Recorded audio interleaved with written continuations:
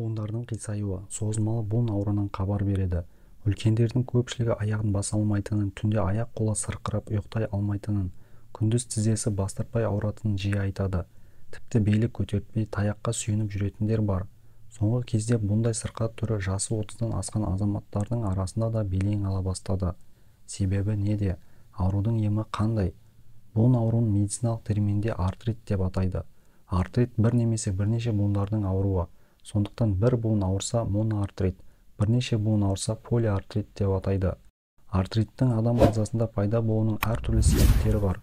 Ол 200-ден астам аурудың, мәселен, әртүрлі типті жұқпалар, ревматизм, подагра, туберкулез, басқа да инфекциялардың салдары болуы мүмкін. Сол себепті медициналық тексеру жүргізу арқылы ғана ауруды нақты анықтауға болады.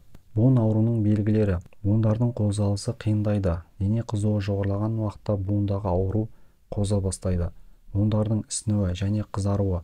Температура көтеріліп, асқа тәбет төмендейді. Таңертең тұрғанда буындар қақсайды. Әлсіздік, дене салмағы азаяды. Бұлшықеттер ісініп, буындар қара қызыл түске енеді. Буын ауруына әкелетін жағдайларға тоқталсақ. Инфекциялық жұқпалы аурулармен ауырса, олар стафилококкус ауреус немесе стрептококкус бактерияларын жұқтырғанда буын ауруын тудыруы мүмкін. Буын қатты ауырып, әсіресе қимылдағанда ауырсыну күшейеді. Кейде ауырсыну денеге таралуы мүмкін. Ол кезде тіндердің ісінуі және саусақпен басып көргенде ауырсыну байқалады.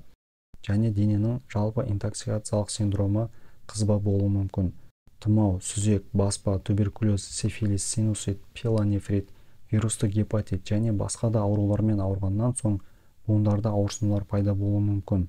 Адам тұмау немесе сүзектен жазылып ыстығым қалпына келді деп жүргенімен, апта өткен соң дене қызуы қайта көтеріліп, аяқ-қолы қайта ауыра бастаса, бұл дұрыс емделмеген тұмаудың асқынып буынға шапқан түрі.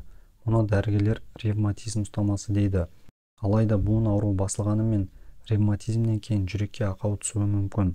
Адам ағзасының өзге аллергендерге деген сезімталдығының жоғарылауынан да буында ауырсыну пайда болады.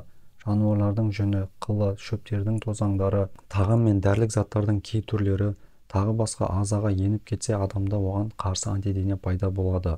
Алғаш рет ағзаға түскен аллерген әсер туғызбауы мүмкін. Алайда қайта түскен жағдайда ағзада пайда болған антидене мен аллерген бірігіп, буынға отырады да ауру туғызады. Бұл ауру балаларда және жасөспірімдерде жиі кездеседі. Себебі олардың аллергия қарсы иммундық жүйесі ересек адамдармен салыстырғанда әлсіз келеді. Созылмалы артрит кезінде буын сыздап ауырсынады, сықырлайды және қимыл шектеледі. Дене құрысып ауырады. Ауырсыну ұзаққа созылып, уақыт салып қайталана береді. Ревматоидтық артрит ұсақ буындардың зақымдануымен және буындардың деформациясымен сипатталады.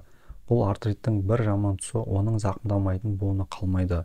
Ең ұсақ буындардан саусақ, жақ, башпай бастап ірі буындардың тізе, ұршық, омыртқа қай-қайсысын болса да күрделі өзгерістерге ұшыратады.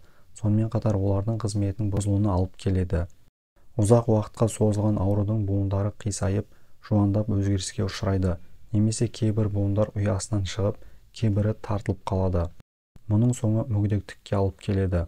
Бұл дерттен көбінде жастар, соның ішінде әйелдер көбірек ауырады.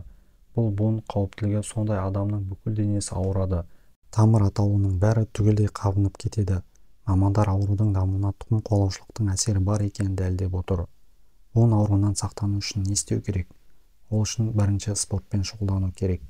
Қимыл қозғалысы аз адам мықты денсаулық жайында ойламаса да болады. Себебі ұзақ өмір сүру мен спорт бір-бірімен тығыз байланысты. Дұрыс тамақтану. Тамақтану режимін дұрыс сақтау сіздің денсаулығыңыздың бір кепілі.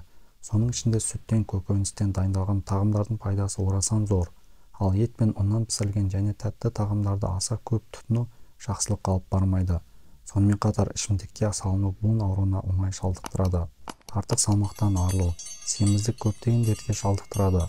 Зияны сол, буынға түскен артық салмақ артрит ауруына алып келеді.